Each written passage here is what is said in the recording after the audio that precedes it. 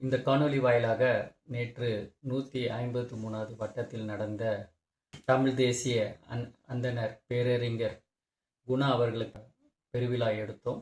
அது சம்பந்தமாக சிறிய காணொளி மூலமாக தங்களுடன் பகிர்ந்துக்கலான்னு நினைக்கிறேன்.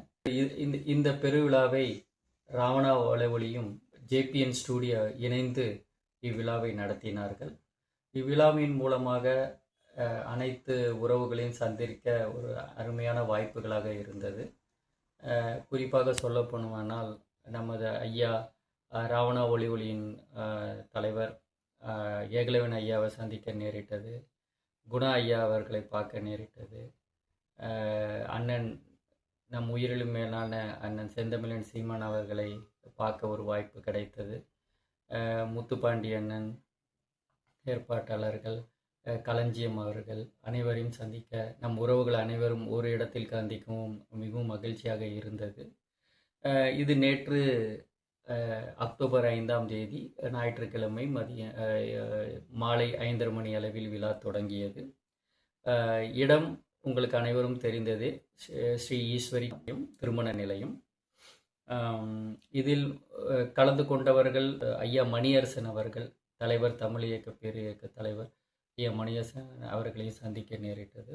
இந்த நிகழ்ச்சியில் நமது வட்டத்தின் சார்பாக 153 வட்டத்தின் சார்பாக அதிக சிரமங்களை எடுத்துக்கொண்டு பதாகைகளும் சுவரொட்டிகளும் ஒட்டுவதற்கு நமது உறவுகள் அனைவருமே பாடுபட்டிருக்கிறார்கள். அதில் குறிப்பாக சில பெயர்களை சொல்ல விரும்புகிறேன்.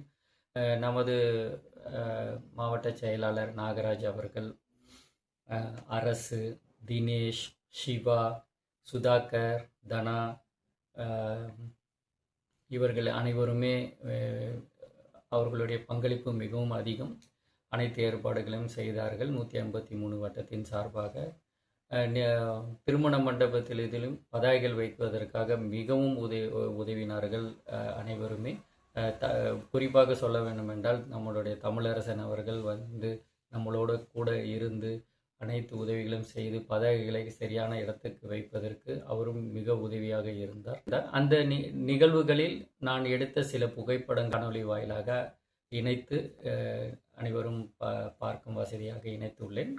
இதில் சில பெயர்களை நான் விட்டிருந்தால் மன்னிக்கவும். நான் சந்தித்த சில நபர்களை, பங்கேற்றார்களை சிலவற்றை நான் உங்களிடம் பகிர்ந்து கொண்டேன். பங்கேற்ற நம் அனைத்து உறவுகளுக்கும் போரூர் மாவட்ட சார்பாக நன்றியை தெரிவித்துக் கொள்கிறோம். நன்றி, வணக்கம்.